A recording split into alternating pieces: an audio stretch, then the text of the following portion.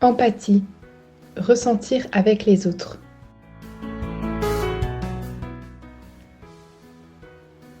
La charité est au rendez-vous dès que l'on considère la dignité de l'autre, que l'on se met à sa place et que l'on a de l'empathie pour lui.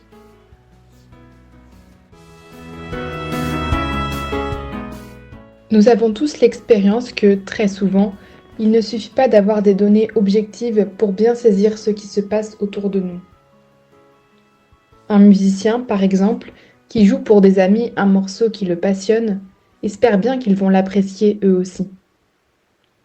Si ses auditeurs se contentent juste de lui dire qu'il a bien joué, mais sans montrer le moindre enthousiasme, il se découragera et se dira qu'il est dépourvu de talent. Combien de problèmes seraient évités si nous nous efforcions de mieux comprendre ce qui se passe chez les autres, quelles sont leurs attentes, leurs idéaux. Plus qu'à donner, la charité consiste à comprendre. Car pour vivre la charité, il faut commencer par considérer la dignité de l'autre et se mettre à sa place. On parle ainsi aujourd'hui d'empathie, pour définir la qualité qui nous aide à nous mettre à la place des autres, comprendre leur situation et apprécier leurs sentiments. Avec la charité, cette qualité favorise la communion, l'union des cœurs dont parle saint Pierre quand il dit qu'il y ait entre vous union de sentiments, bonté compatissante, charité fraternelle, affection miséricordieuse, humilité. Apprendre du Christ. Les disciples ont perçu dès le début la sensibilité du Seigneur, sa capacité à se mettre à la place des autres, sa compréhension délicate du cœur humain, sa finesse à percevoir la douleur d'autrui. En arrivant à Naïm, sans que personne ne lui en parle, il comprend le drame de cette veuve qui vient de perdre son fils unique. Quand il entend le cri suppliant de Jaïr et les gémissements des pleureuses, il sait le consoler et les apaiser. Conscient des besoins de ceux qui le suivent, il se soucie de leur repas. Il pleure en voyant pleurer Marthe et Marie devant le tombeau de Lazare, et il est indigné par la dureté du cœur des siens lorsqu'ils implorent le feu du ciel pour brûler le village des Samaritains qui ne les ont pas bien accueillis. La vie de Jésus nous apprend à percevoir autrement les autres, à partager leurs sentiments, leurs illusions et leurs désenchantements. Le Seigneur nous apprend à nous intéresser aux états d'âme de ceux qui nous entourent et, avec l'aide de la grâce, à passer par-dessus leurs défauts en évitant la distraction, l'impulsivité ou la froideur. Nous n'avons aucune excuse dans ce domaine. Ne croyons pas à la valeur de notre apparente vertu de saint, si elle n'est unie aux vertus ordinaires des chrétiens. Ce serait porter de splendides bijoux sur du linge de corps. La proximité du cœur du Seigneur nous aide à façonner le nôtre et à le remplir de ses sentiments. Charité, affabilité et empathie. La charité du Christ n'est pas faite seulement de bons sentiments envers le prochain et ne se limite pas à l'inclination à la philanthropie. La charité, communiquée à l'âme par Dieu, transforme intérieurement l'intelligence et la volonté. Elle donne un fondement surnaturel à l'amitié et à la joie de faire le bien.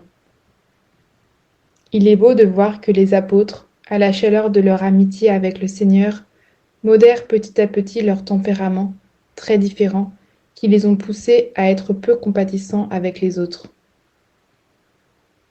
Jean, si véhément qu'il a été appelé, avec son frère Jacques, fils du tonnerre, sera par la suite la mansuétude même et insistera sur le besoin d'être ouvert au prochain, de se livrer aux autres comme le Christ le fit. À ceci nous avons connu l'amour, c'est que lui a donné sa vie pour nous. Nous aussi, nous devons donner notre vie pour nos frères. C'est aussi le cas de saint Pierre qui, très dur face aux adversaires de Jésus, s'adresse désormais à eux, au temple, et cherche à les convertir avec des paroles dépourvues de toute trace d'amertume. Je sais bien, frères, que vous avez agi par ignorance, ainsi que vos magistrats. Repentez-vous donc et convertissez-vous, pour que vos péchés soient effacés, afin que le temps de répit vienne de la part du Seigneur. Saint Paul est aussi un bel exemple dans ce sens. Après avoir été le persécuteur acharné des chrétiens, il se convertit et met au service de l'Évangile son génie et son mauvais caractère, son esprit clairvoyant et son tempérament fougueux.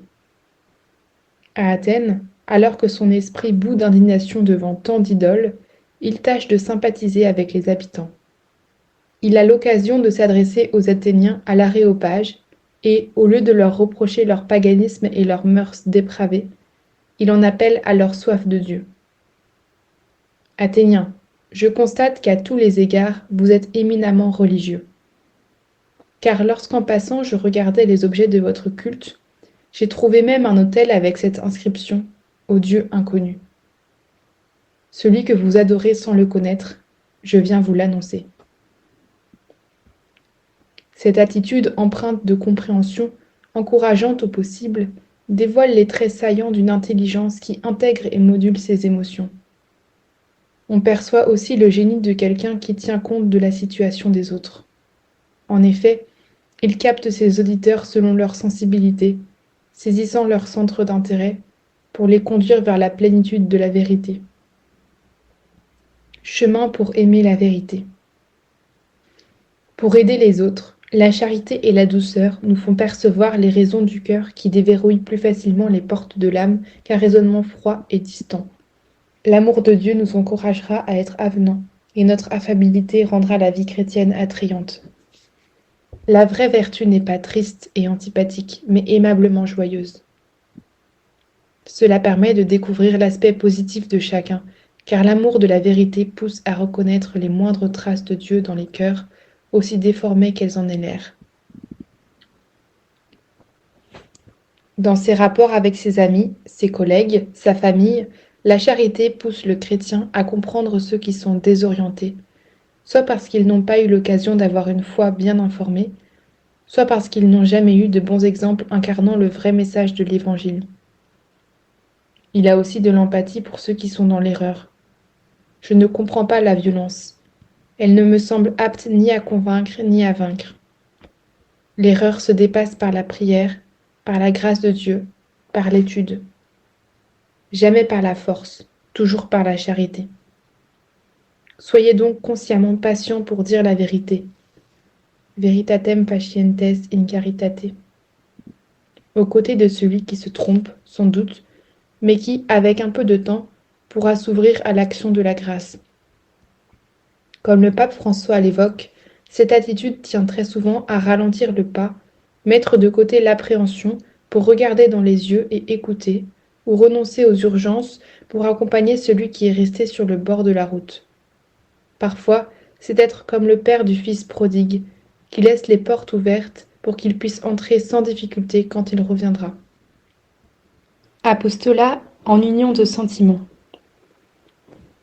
Certains pourraient tenter de réduire l'empathie à une simple stratégie, comme s'il s'agissait d'une de ces techniques qui propose un produit au consommateur de telle manière qu'il a l'impression que c'est exactement ce qu'il cherchait. Sans doute efficace d'un point de vue commercial, cela ne correspond pas à la vérité des rapports interpersonnels. En effet, l'empathie authentique suppose la sincérité, incompatible avec une attitude empruntée camouflant un intérêt personnel. La sincérité est essentielle quand on cherche à faire connaître le Seigneur à d'autres, à ceux qui partagent notre existence. En ayant les mêmes sentiments que ceux que Dieu a placés sur notre route, nous avons la finesse de la charité lorsque nous nous réjouissons et que nous souffrons avec chacun. Qui est faible, que je ne sois faible aussi? Qui vient à tomber sans qu'un feu me dévore? C'est un amour vraiment sincère qui perce à travers le message de saint Paul aux chrétiens de Corinthe. Grâce à l'affabilité qui facilite la communication, il est plus aisé de frayer un passage à la vérité en partageant les sentiments des autres. L'âme devient plus réceptive à ce qui lui est dit, surtout s'il s'agit d'un raisonnement constructif qui l'encourage à améliorer sa vie spirituelle. Dans la communication avec l'autre, la première chose est la capacité du cœur qui rend possible la proximité, sans laquelle il n'existe pas de véritable rencontre spirituelle. L'écoute nous aide à découvrir le geste et la parole opportuns qui qui nous secoue de notre tranquille condition de spectateur. Une écoute attentive nous implique dans la réalité de l'autre. Nous cherchons alors à l'aider à percevoir le pas que le Seigneur lui demande de franchir à un moment donné.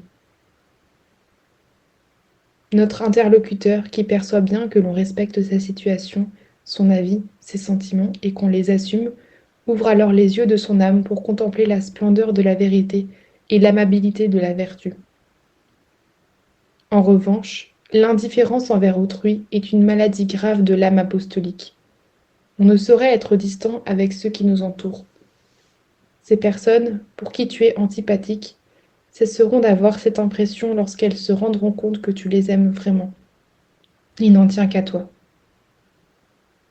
Des propos compréhensifs, des détails de service, une conversation aimable sont un reflet sincère de l'intérêt que nous portons au bien de ceux qui nous entourent. Sachons nous faire aimer en créant une amitié qui partage la merveille de l'amitié avec le Seigneur. Encourager à avancer. Le pape François nous assure qu'un bon accompagnateur ne cède ni au fatalisme ni à la pusillanimité. Il invite toujours à se soigner, à se relever, à embrasser la croix, à tout laisser, à sortir toujours de nouveau pour annoncer l'Évangile.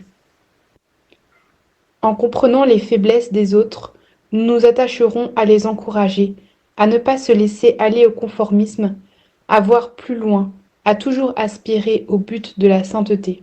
Agir de la sorte, c'est imiter l'exemple de la compréhension profonde, de l'aimable exigence que nous a donnée notre Seigneur.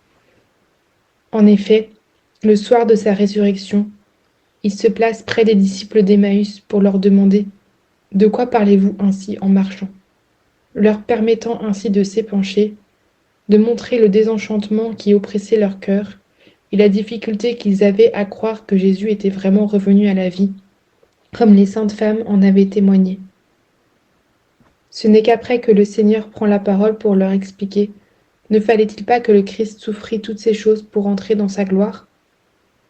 Cet entretien avec Jésus, qui répondit à leur interrogation, eut une telle portée que les disciples lui demandèrent « Reste avec nous ». Et pourtant, au début, Jésus leur avait reproché leur incapacité à comprendre ce qu'avaient annoncé les prophètes. Serait-ce le ton de sa voix, son regard plein d'affection? Le fait est qu'ils se sont sentis accueillis et en même temps invités à changer. Dieu aidant, notre façon de faire reflètera notre amour pour chacun, notre connaissance de son monde intérieur, et l'encouragera à avancer dans la vie chrétienne.